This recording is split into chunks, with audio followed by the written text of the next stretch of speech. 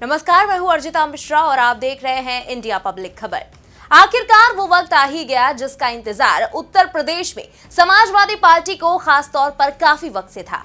दिल्ली विधानसभा चुनावों की तारीख के साथ साथ यूपी में उपचुनाव के लिए बची हुई अयोध्या की मिल्कीपुर सीट पर भी वोटिंग और रिजल्ट का शेड्यूल चुनाव आयोग ने जारी कर दिया है और इसी के साथ एक बार फिर यूपी में चुनावी चहल पहल तो शुरू हो ही गई है, बल्कि जुबानी हमले के लिए तलवारें भी खिंचती दिख रही हैं, क्योंकि जिस अयोध्या सीट पर लोकसभा चुनाव में जीत को लेकर पूरी तरह कॉन्फिडेंट बीजेपी को करारी हार का सामना करना पड़ा, उस पर उपचुनाव टलने के बाद से सपा की ओर से कई आरोप बीजेपी पर लगाए गए। लेकिन अब चुनाव की तारीखों का भी ऐलान हो चुका है और मिल्कीपुर में उपचुनाव की दस्तक के साथ साथ यूपी में बीजेपी और समाजवादी पार्टी फिर से आमने सामने आ गई है।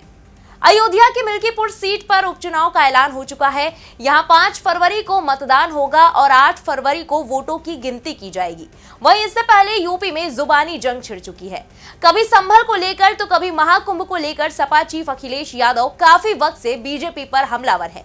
इसी बीच उन्होंने आज एक प्रेस कॉन्फ्रेंस करके सीएम योगी और बीजेपी पर जमकर निशाना साधा।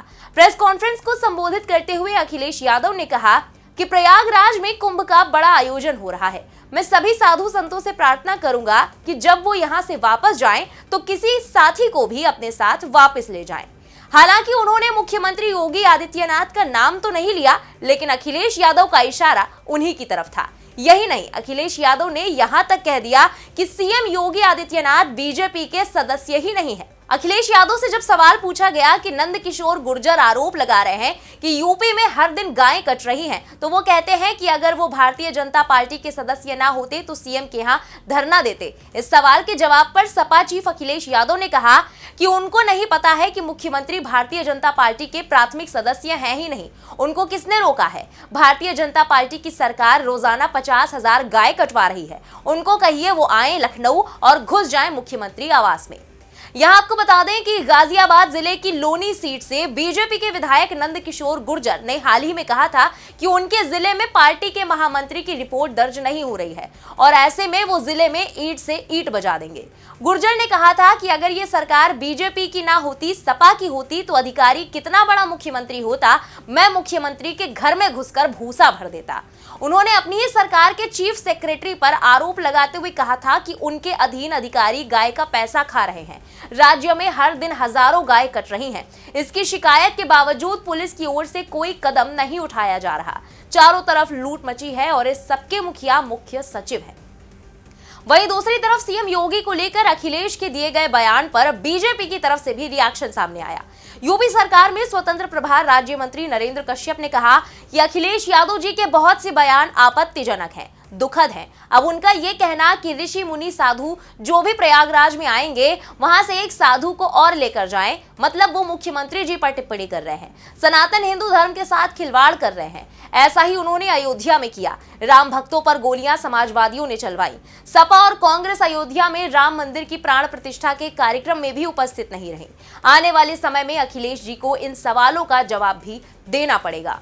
वहीं इस तरह की बयानबाजियों के बीच सपा और बीजेपी की नाक का सवाल बन चुकी अयोध्या की हॉट सीट मिल्कीपुर में उपचुनाव के ऐलान के बाद से हलचल और तेज हो गई है। वैसे तो मिल्कीपुर से सपा ने अपने प्रत्याशी का ऐलान काफी दिन पहले ही कर दिया था। यहां से अयोध्या के सांसद अवधेश प्रसाद के बेटे अजीत प्रसाद को समाजवादी पार्टी ने मैदान में उतारा है। तो वहीं बीजेपी की तरफ से कई दावेदार टिकट की चाहत में दिल्ली से लखनऊ की दौड़ लगा रहे हैं।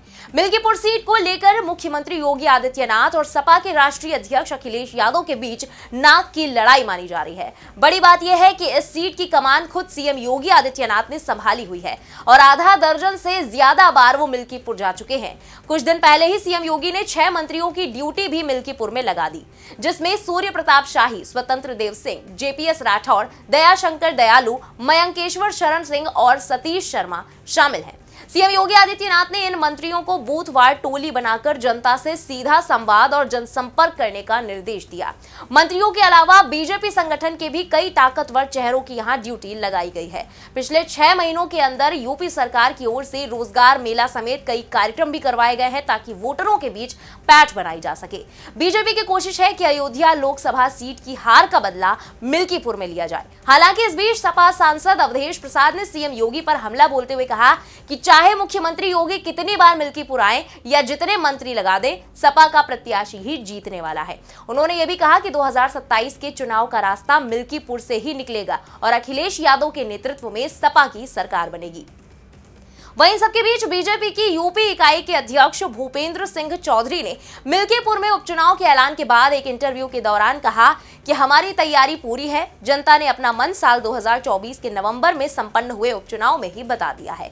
उन्होंने आगे कहा कि बीजेपी इस बार मिल्कीपुर सीट जीतेगी। हमारी तैयारियां पूरी हैं और हम घर घर जाएंगे। हमने काम के एजेंडे के आधार पर चुनाव लड़ा है। हालांकि भूपेंद्र चौधरी ने प्रत्याशी के सवाल पर कोई साफ जवाब नहीं दिया, लेकिन माना जा रहा है कि 17 जनवरी से पहले बीजेपी प्रत्याशी का ऐलान कर सकती है। बड़ी बात यह है कि उपचुनाव को लेकर बीजेपी और समाजवादी पार्टी ने तैयारियां शुरू कर दी हैं। मुख्यमंत्री योगी आदित्यनाथ खुद 15 दिनों में 3 बार मिल्कीपुर का दौरा कर चुके हैं। इस सीट पर जीत हासिल करने के लिए बीजेपी की संजीदगी का अंदाजा इसी बात से लगाया जा सकता है कि हाल में हुए 9 विधानसभा सीट में एक सीट पर अपना कदम फूंक फूंक कर बीजेपी ने रखा था। बस मिल्कीपुर को लेकर भी कुछ ऐसी ही प्रक्रिया बीजेपी अपना रही है। मिल्कीपुर सीट की अहमियत इस बात से समझी जा सकती है कि इस सीट पर मुख्यमंत्री खुद नजर बनाए हुए हैं। बीजेपी मिल्कीपुर सीट पर जीत दर्ज करके लोकसभा चुनाव में मिली करारी हार का हिसाब करना चाहती है। दूसरी तरफ अखिलेश यादव ने भी अपने नेताओं की टीम को मिल्कीपुर में उतार दिया है। अयोध्या के सांसद अवधेश प्रसाद को इस सीट का प्रभारी बनाया गया है।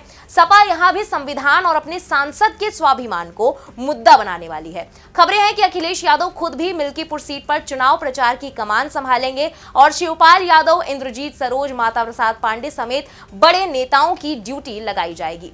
सीएम योगी की तरह ही समाजवादी पार्टी के लिए भी मिल्कीपुर चुनाव प्रतिष्ठा का सवाल बन गया है। यह सीट समाजवादी पार्टी का गढ़ मानी जाती है और अवधेश प्रसाद के सांसद बनने के बाद मिल्कीपुर सीट में अपना गढ़ बचाने की चुनौती सपा के लिए है। वैसे तो यह सीट 1967 से ही वजूद में है, लेकिन 1996 के बाद से हुए 8 चुनावों में से 6 बार सपा यहां जीतने में कामयाब रही है। 2008 में यह सीट आरक्षित हो गई थी। उसके बाद 2012 में हुए चुनाव में सपा के अवधेश प्रसाद जीते थे, लेकिन 2017 में वो बीजेपी के बाबा गोरखनाथ से हार गए थे। 2022 में सपा के टिकट पर अवधेश प्रसाद फिर से जीते। 2024 में अवधेश प्रसाद अयोध्या से सांसद बन गए और इस वजह से ये सीट खाली हुई और अब उपचुनाव होने जा रहा है। हाल ही में विधानसभा की 9 सीटों पर जो उपचुनाव हुए थे, लेकिन मिल्कीपुर का मामला कोर्ट में विचाराधीन था। ऐसे में चुनाव यहां नहीं हो पाए थे। नवंबर में 9 सीटों पर हुए उपचुनाव में सीएम योगी की रणनीति के चलते बीजेपी को 6 सीटों पर जीत मिली थी और एनडीए को 9 में से 7 सीटों पर जीत हासिल हुई थी। वहीं सपा को सिर्फ 2 सीटों से ही संतोष करना पड़ा था। वैसे अगर मिल्कीपुर का सियासी समीकरण देखें तो सपा की स्थिति मजबूत नजर आती है। यहाँ पर 65,000 यादव, 60,000 पासी और लगभग 35,000 मुस्लिम वोटर्स हैं। इसके अलावा 50,000 ब्राह्मण, 25,000 ठाकुर, 50,000 गैर पासी दलित, 8,000 मौर्य, 15,000 चौरसिया, 8,000 पाल, 12,000 वैश्य वोटर्स, 30,000 अन्य जातियों के यहाँ पर वोटर्स हैं। सपा को भरोसा है कि उसका पीडीए का नारा यहाँ कामयाब होगा और यादव, पासी, मुस्लिम, दलित, अन्य पिछड़ा वर्ग का समीकरण बनेगा। बहरहाल यूपी की 9 विधानसभा सीटों में से 6 सीटों पर जीत हासिल करने वाली बीजेपी की पूरी कोशिश है कि अयोध्या सीट पर मिली हार का बदला इस बार मिल्कीपुर को जीतकर लिया जा सके। उधर सपा ने भी उपचुनाव के लिए तैयारी तेज कर दी है। ऐसे में देखना दिलचस्प होगा कि अब मिल्कीपुर चुनाव में क्या सपा अपना खोया हुआ कॉन्फिडेंस वापस ला पाती है या फिर से सीट भी बीजेपी की झोली में ही जाती है और 2027 के विधानसभा के चुनाव के बेहद शुरुआती रुझान में किसकी बढ़त होती है। फिलहाल इस खबर में अभी के लिए बस इतना ही। देश और दुनिया की बाकी खबरों के लिए बने रहें इंडिया पब्लिक खबर के साथ। हमारे YouTube चैनल को सब्सक्राइब करें, बेल आइकन दबाना बिल्कुल ना भूलें।